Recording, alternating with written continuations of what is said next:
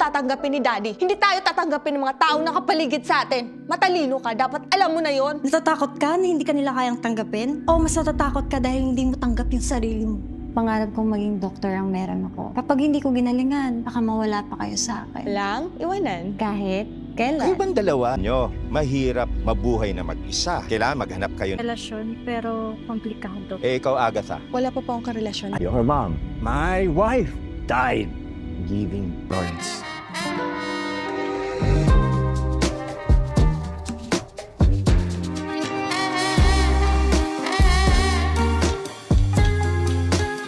Ano na naman kasinungalingan ang gusto mo sabihin sa akin?